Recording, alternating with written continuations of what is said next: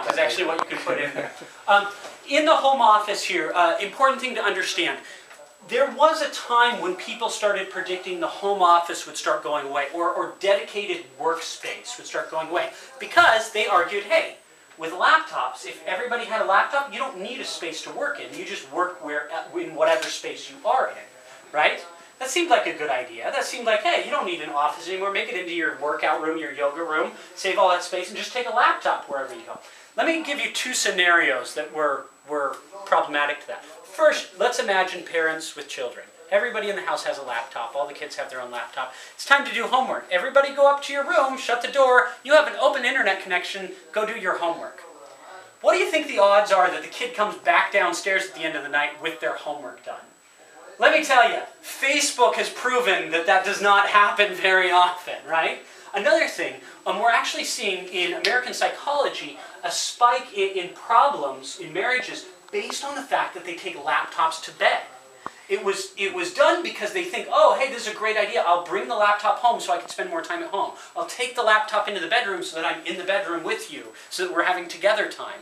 And what's really happened is people are getting less and less communicative and more isolated because that technology comes in. So there's actually a backlash to this. There's people saying, hold on, I don't want technology in the bedroom. I want technology in an open space that's a family area that's dedicated to work. So it might be a full room like this home office. It might just be a desk in the family room that's set aside for that. Or it could even be the kitchen table that after dinner is reset to become a workspace. But what we are finding is people do want a dedicated space where they work so that they can actually do some of that separation and have controls over it.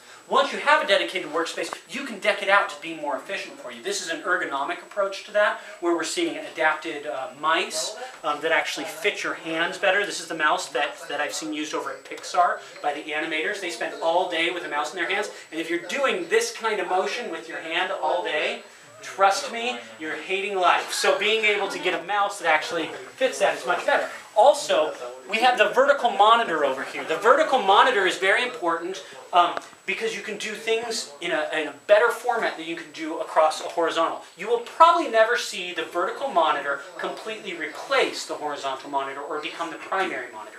Because when people want their first monitor, they want it in widescreen format.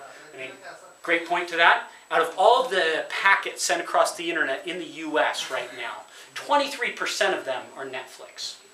Think about it. 23% of the internet in the US is Netflix. Trust me, people want widescreen format as their primary monitor. But when they get into the second monitor, this offers an opportunity to see things better. Think about an Adobe PDF laid out here. A full page in great size. Whereas normally you either have huge letters and only part of the page, or you've got very, very small letters and you've got the whole page on there. This takes care of that. Excel documents. You've got the ability with Excel to actually put many, many rows here. When you're doing coding, small lines of code, but thousands of them. You know, photo editing, all of these things, even down to websites where you're going to be surfing the web.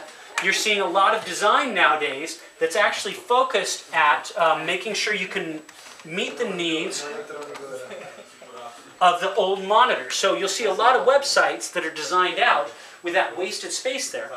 If you were to take that website and move it over onto one of these vertical monitors, that suddenly fits perfectly. So now you can watch your Netflix and surf the web at the same time in the best formats. So of course in the home office we've also got mobile solutions, being able to dock things in if you want to take your computer with you all the time. Even with a tablet, we've got the touchpad over there with a dockability. And of course, don't forget, HP is a printer company. We love it when you print and when you buy our ink. Plug, plug. But we do actually have a lot of great printers. The printer over here, the OfficeJet, is actually focused at saving money on ink. This actually has the ability to outperform a laser printer for cost per page in both black and color, and it's faster and better quality than any of the lasers in the retail space. Commercial lasers will still outperform this, but a retail laser, this will actually outperform. $35 for the black cartridge that will do 2,200 prints on it. How much is that cost per page in pennies?